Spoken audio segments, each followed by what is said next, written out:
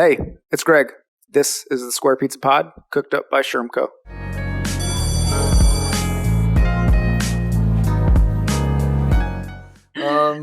Okay, Ali Medina, welcome to the Square Pizza Pod.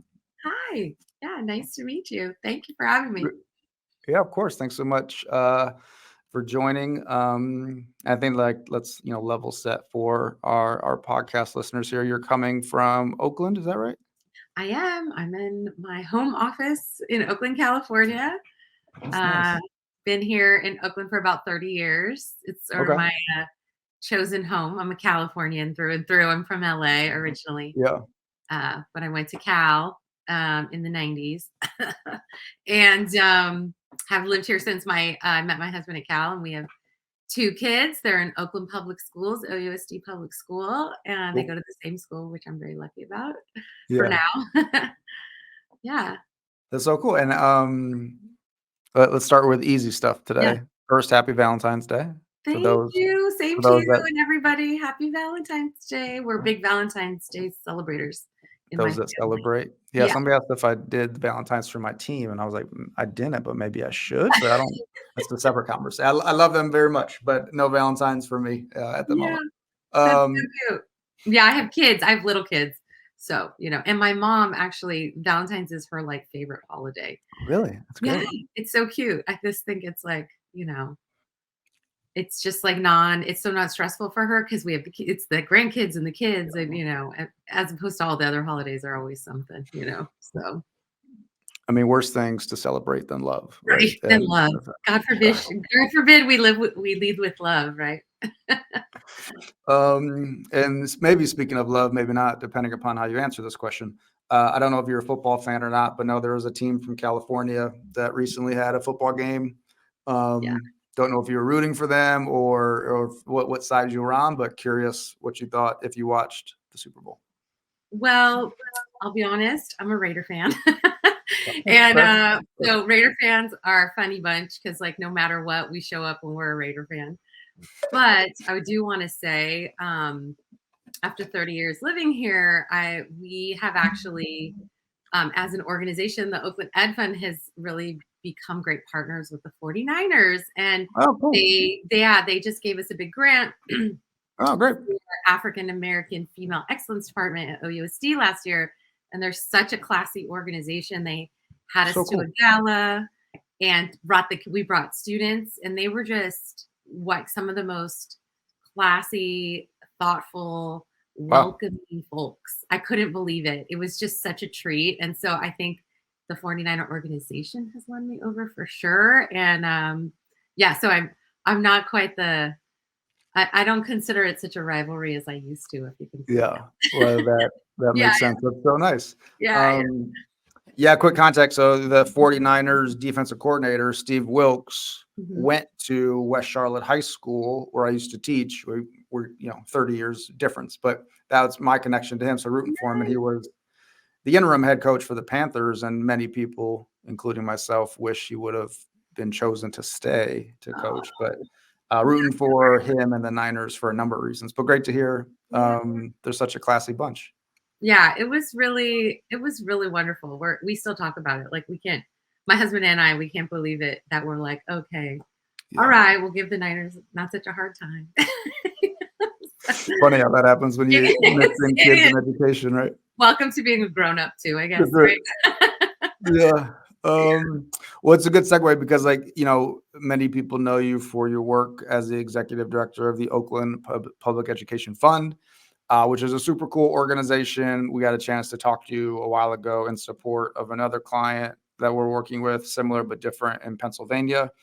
But just these intermediary funds across the country that are raising money to support a lot of different initiatives in their communities, I think for me and many people listening, is just super cool. So really excited to chat more with you today. But before we get into all that, I think you were there, at the Public Education Fund for a little bit, but then in April of 2020, which was a super chill time in our world, you became the executive director, if our research is correct. So I guess verify if that's true and kind of tell us what those first 60, 90 days was like at the helm, given COVID. Yeah. I mean, people have asked me this before, and I always I always draw a blank, and I think it's because I kind of have blacked it out a little bit. Mhm. I Mhm. have glimpses of like the chaos of the emotional chaos that we were all under, and also the intense needs that came about, right? And we thought it was 3 weeks, right? Everybody says like we're going on a 3 week spring break, no big deal. And then I had a third grader at the time and a 1 year old, and so I was like, I had to take care of her. We were really lucky at the Ed Fund. We were all cloud based already.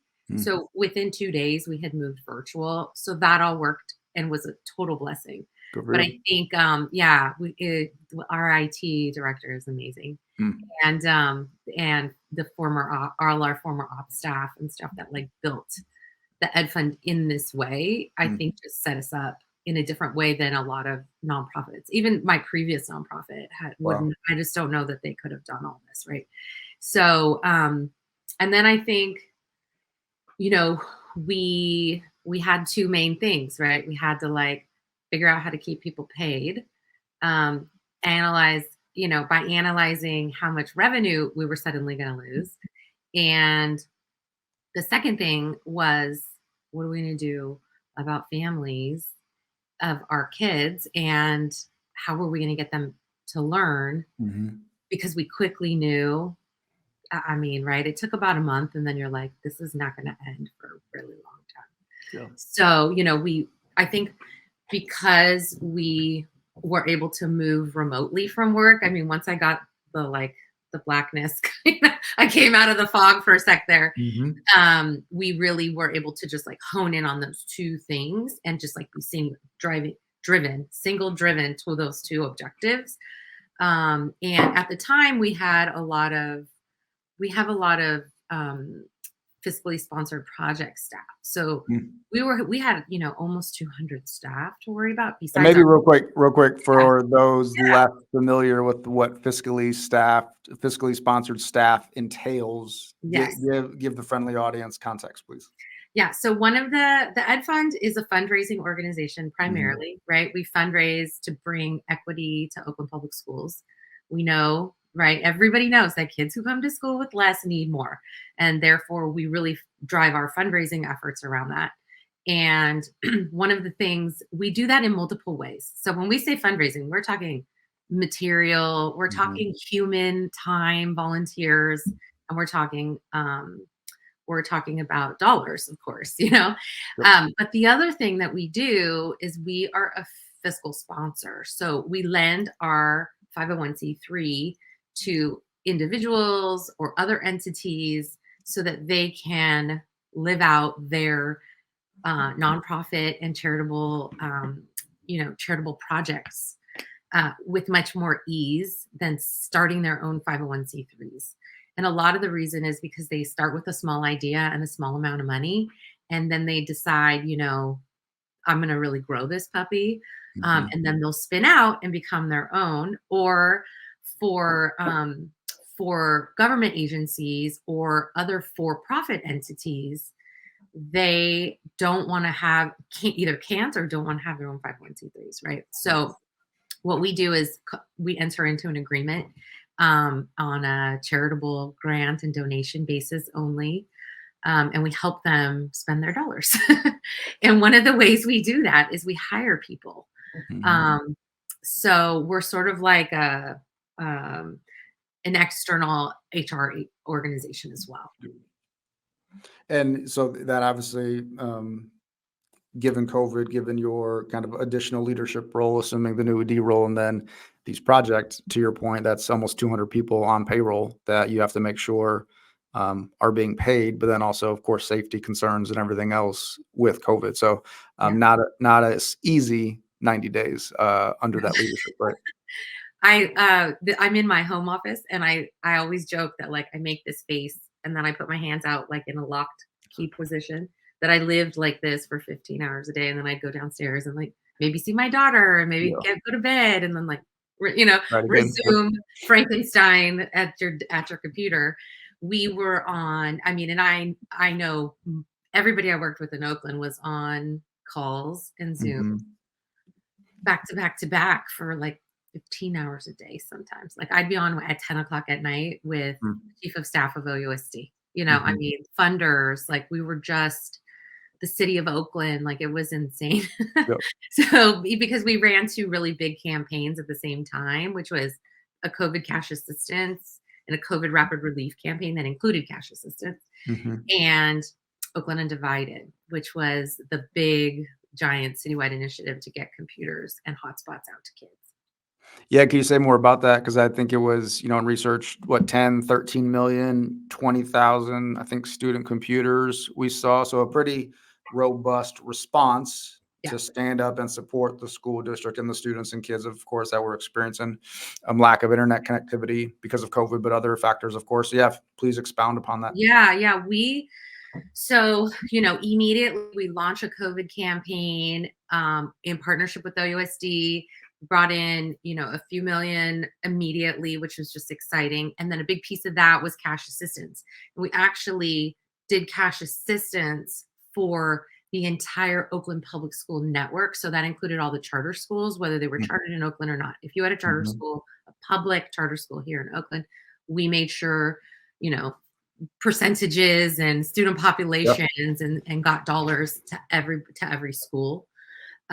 So we got that done. And then at the same time, the mayor at the time, Libby Schaff, and her Department of Education staff members were actually, we're a fiscal sponsor for the Department of Education. So we worked really closely with a lot of her staff, and they came to us along with OUSD, and we ended up creating a really big, robust leadership committee of partners, stakeholders and partners.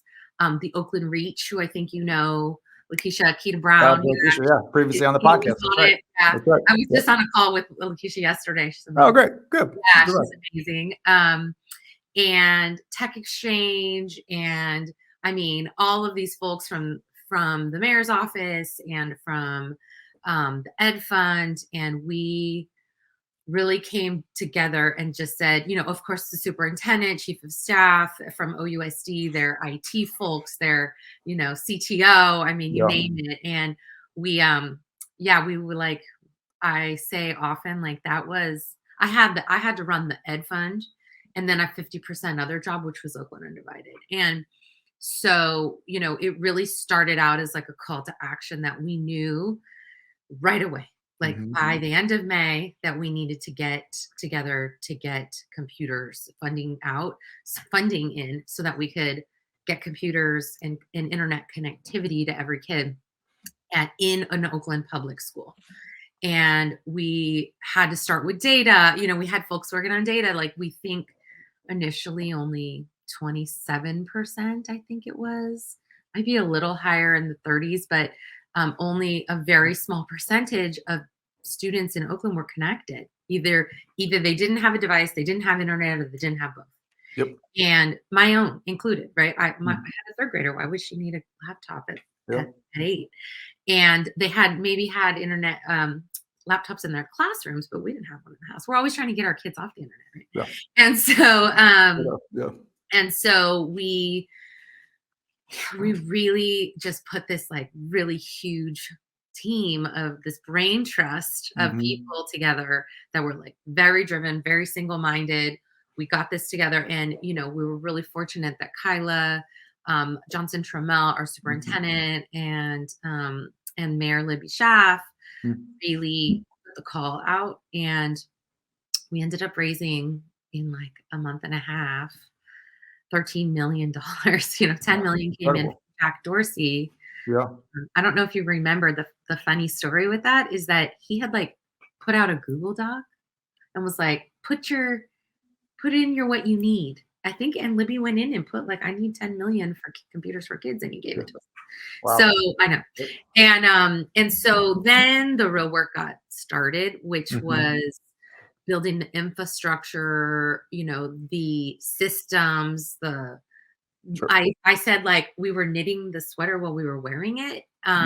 Yeah, that's good. And I literally lived with these folks on the computers. Like one of my dearest friends now, I really only know over the internet because she was an OUC employee living in another city, a Oh, contractor at wow. the time, and we all just spent so much time together. She had a baby during the next year during COVID, and we were like, "Oh, you're gonna name it, Undivided, like baby Undivided, baby OU." It was like we had a baby. That's so great. Yeah.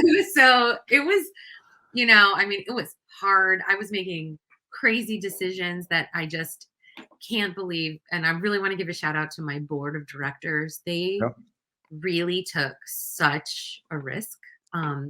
And there's a lot of lawyers on my board. Shout out to the lawyers. Probably smart. And they do not Probably like smart. risk. Yeah. Yeah, they don't like risk. And so what I was really excited about was that they really rolled up their sleeves and were like, we're going to do this. We could be liable for a lot of problems.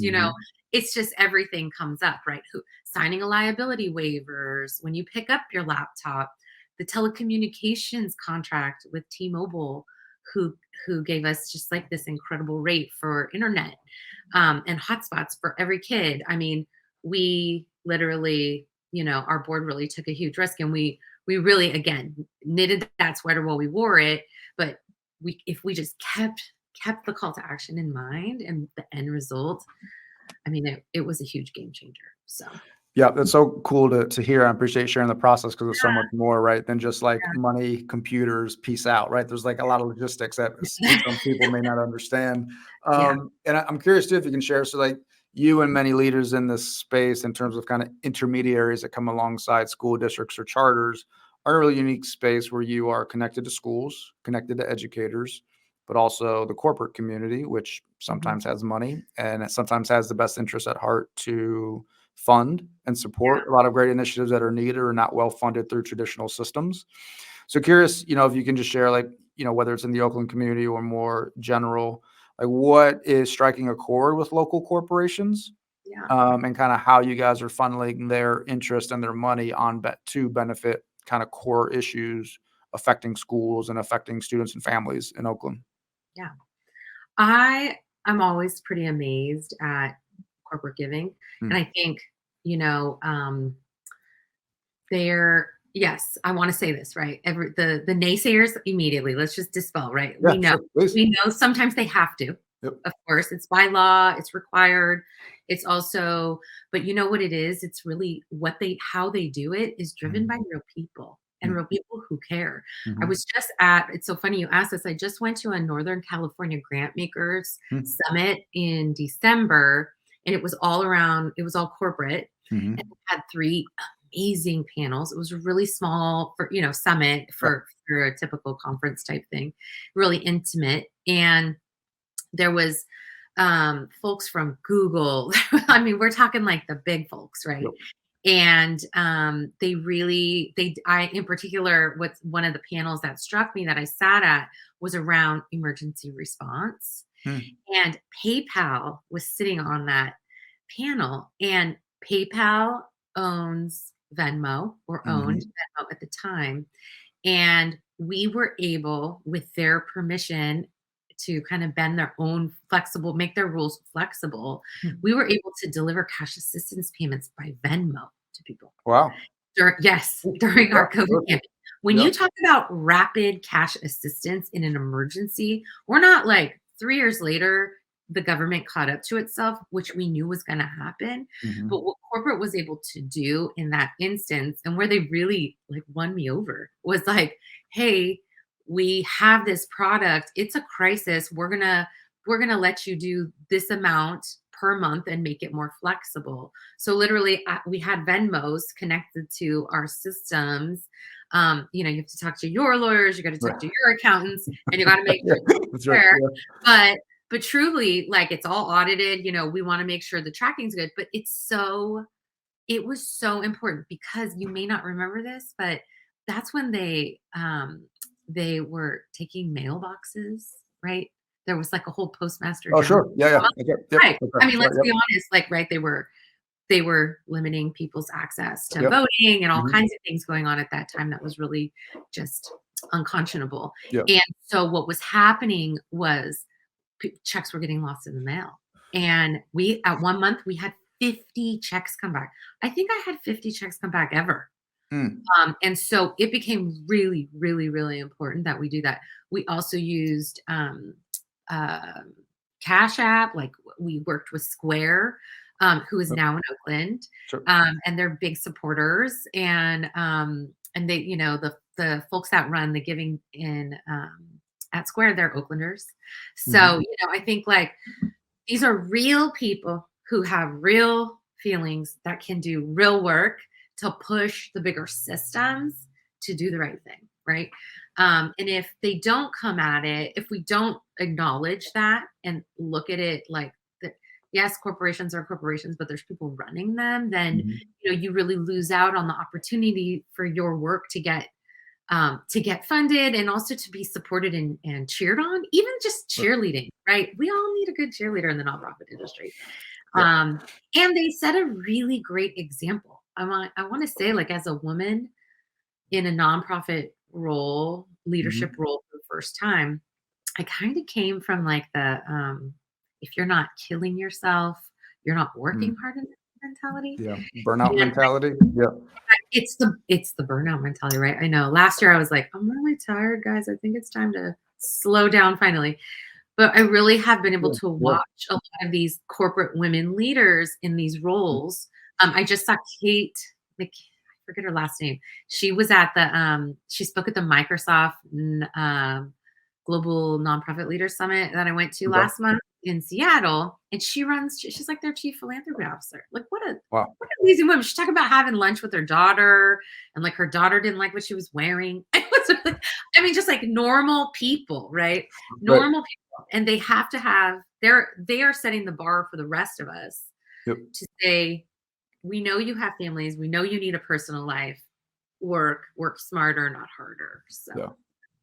Yeah. It's great to hear, and that context is helpful. And I think as we've done more of this work across the country, but even just through my own experience, I think the more the cities that where their kind of domains and the sectors are connected is where a lot of cool initiatives can not just happen but continue to flourish. So I guess like, we'd all like to think that every corporate community talks to every education local system and they work together because of future workforce development initiatives, and they're in the same city and tax bases, et cetera, et cetera. But I think we all know without mechanisms like your guys' they don't happen just organically. Everybody has jobs, they work in isolation. So yeah. cool to hear the meaningful work you're doing, but also the corporate community has the right mindset towards the work you're doing, and then the work you're leading as a woman as well. Yeah, thanks. Yeah, we're really, I think we're, like you said, these as an intermediate organization, we've really started to say like we're a connector. Mm. That's what we do. It's okay. Let's use that word to describe ourselves, right? And I'm a connector as a person. If you've ever done the Gallup Strengths Yep. Finder, Yep. that's one of my top 5. That's And great. positive is number 1. Let's be honest. Good. And the I'm getting connected, that vibe. I'm getting that yeah, right. vibe. And Good. Good. connectedness is in that top 5. And part of it is that I personally love this to do this, but I think that's why I love my job so Yeah. much, is because I'm in the right role for the right organization. That's also a connector. Yep. And it's tiring, like I was like, okay, every day, like, let's There's a go. limit. There's a Turn it limit. That's on. right. I That's got to right. talk to people. Yep. But then I'm like, I know how to power down now. I used to just go, go, go till I Mm. collapsed. Smart. But I think it's really important, right? And I think the other thing we say as an intermediary in Oakland is somebody has to be Switzerland, Mm. right? And it's okay. Like, I think I came from a social justice organization. I was on the ground. I worked in 4 Oakland schools, Mm. at public high schools. I worked in, other school districts, um, and the ability to be Switzerland and neutral and not always have an opinion about everything is actually Mhm. really good for the city and the other Mm. systems, so that they can flex their muscles in their expertise areas to work out the details. And then we're here to help. Yeah. Or we're here to, do you need to, what do you need to know about? Sure. I ran into I Yep. met some lady in a coffee shop yesterday, and she's like, you work in a nonprofit? I'm having a hard time finding a job. I'm like, here's my card, call me. Like Right. That's awesome. there's an Yeah. ecosystem of us. And I think it's really important that somebody be able to be like, your work is amazing. that's not our expertise, but if we can help you, you let me know. Mhm. Yep. That's Yeah. great. Yeah, I mean, it's a good metaphor. Sometimes we use that at Shermco because when we're working with clients or maybe intermediating between them and a funder, we can be, Switzerland and push the right levers to help both, come to a resolution, whether it's funding or something else. So Yeah. sometimes there's power in being Switzerland. Yeah, and I But think our instincts are to have opinions. I have a lot of them, trust me. yeah. But does the organization need an opinion about that? Probably not. You know? Mm-hmm. Ali, I loved it. So much of it, I think your success up until this point has been around data, and you've spoken about it previously and kind of in, I think, the work that you do. And this could probably be a podcast episode in itself. And I have strong opinions, probably similar to yours around data.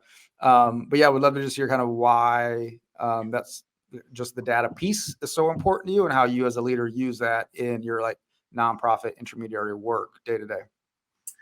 Yeah, I mean, I started teaching in 2000, but before that, I worked for a research policy organization here in Oakland, Okay. Social Policy Research Associates, and so I really came into the You did on the policy first, then teacher. yeah, I did That had to policies be such an at interesting entry transition from level. like Right? policy to Yeah. classroom. That's Yeah, and cool. I mean, Great. I love SPR. They're still some of my favorite folks, and that work there really influenced me to go into the field, into on the ground, because I don't really have a lot of life experience. I'm 21 years old, and I was literally like in the governor's office in Texas evaluating their Workforce Investment Act implementation while George Bush Jr. was running for president. Hmm. And I realized, like, I mean, I'm book smart and I'm driven and all that. And this is probably the most interesting story I'm gonna have Yeah. ever. But I really need to see it from people's point of view that do the work. Good for you. And so, also I'm so social, especially in my 20s, right? And so it made sense for me to go work with kids and get in on the ground. And then when I became a teacher, that's when like No Child Left Behind came out. So like data, testing, assessments, it's all really controversial. I still have a lot of feelings about all of it. Hmm. But I do know if you use it correctly and you use the right tool, and it's not like, to use to punish schools Yeah. or Yeah. kids. Yeah. The high school exit exam, don't even get me started on that. It was an abomination in the state of California to force kids to take an exit exam.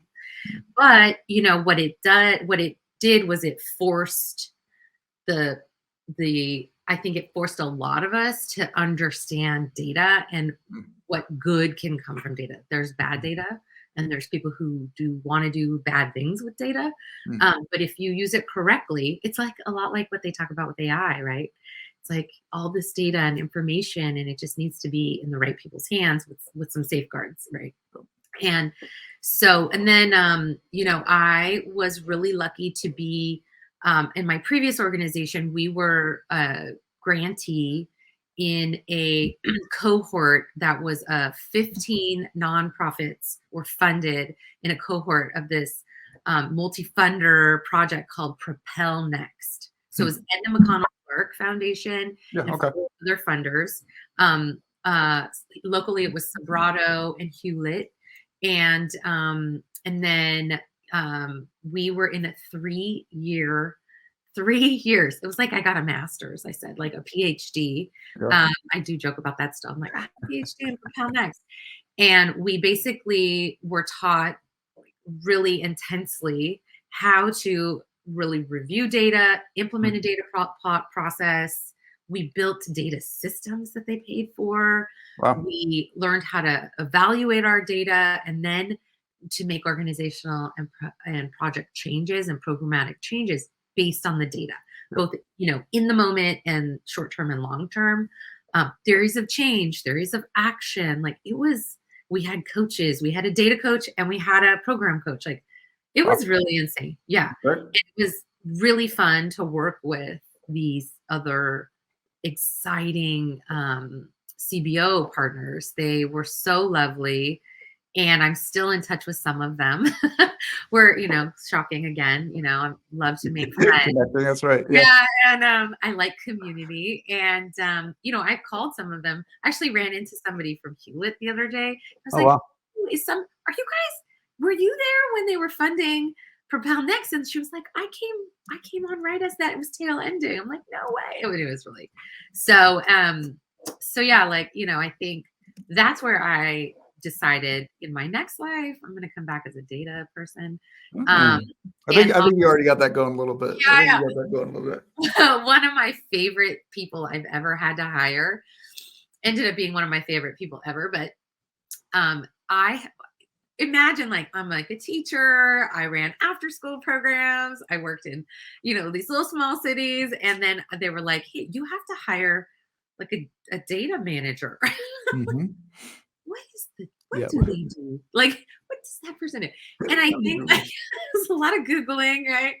And we ended up hiring a PhD student in Cal. Wow. From Cal. And yeah, Amy, she's brilliant. I think she works for some big time research firm now. She moved to Chicago, and so she's in the Midwest, back home in the Midwest. But yeah, I mean, I still to this day say I still text her on Pi Day. But that's what I'm telling you, data, when you get it, when you really get it, it seeps into you, and then you can't avoid it. You can't not see it. Yeah. No, I love that. That's great.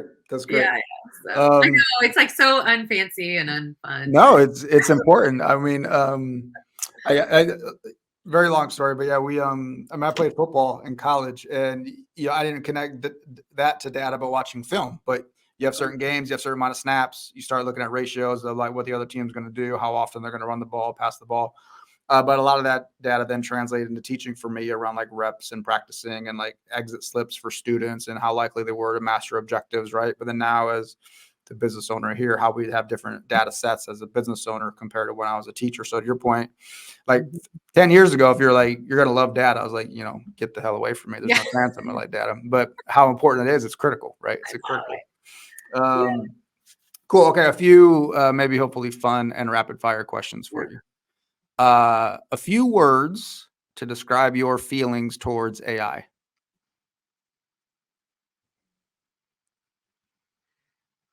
It's our imperative to make sure it works to democratize society.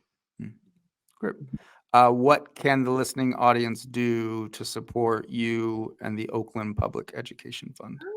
You can go to our website, oaklandedfund.org. You can, from there, you can donate materials. You can donate your time. We have 16,000 volunteers that have been cleared with us over the last, I would say, 8 years. Wow. We have about 8,000 active cleared volunteers right now in Oakland schools. And then, of course, fundraising. If you'd like to donate to anything, we can help you connect with a school directly. A program of, the Oakland Arts Department is amazing.